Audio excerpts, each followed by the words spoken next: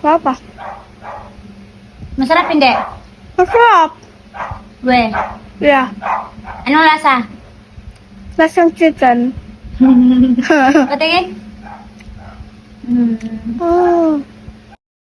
Ayan pala, nag-peel tayo ng carrots para ihalo natin sa ating itlog.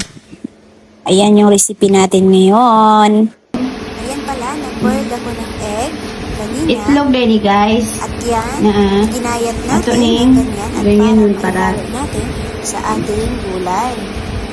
Kailangan mong Okay na. laga Yan ang pala, nilagang itlog yan. itlog. Tapos ginayat ko. Naglaga ko upat ka buok itlog, 4 na itlog, Ayaw ng mga... o ginayat ko ng ganyan. O nilagyan ko ng carrots. Ayan. Kasi gusto ko maraming gulay at maraming carrots, dinagdagan ko siya. Gidugangan ako og butang og carrots para masamot siya og kalami. Kay masarap man yan, butangan nato og itlog. Ayan yung itlog natin.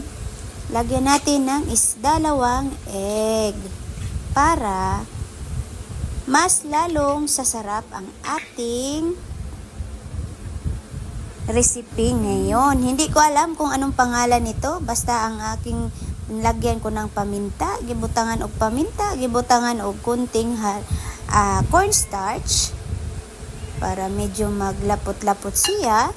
Og Ayan na, mao guys, na ang gihalo-halo o gihalo-halo siya. Ulam ngayon. Ayun na, kay gibutangan man nato og itlog, gilagyan man nato og itlog, mao na ang resulta. Ito na pala ang niluluto ko na egg na may carrots.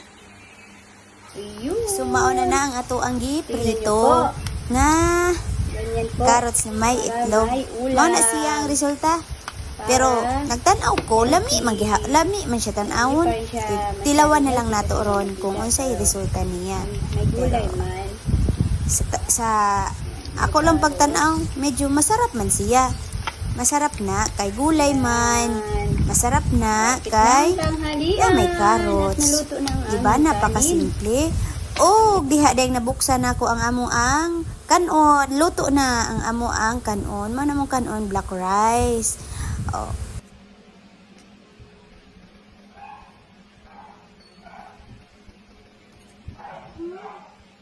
Papa. Masarap hindi? Masarap. We. Yeah. Anong lasa? Lasang chicken. Patingin?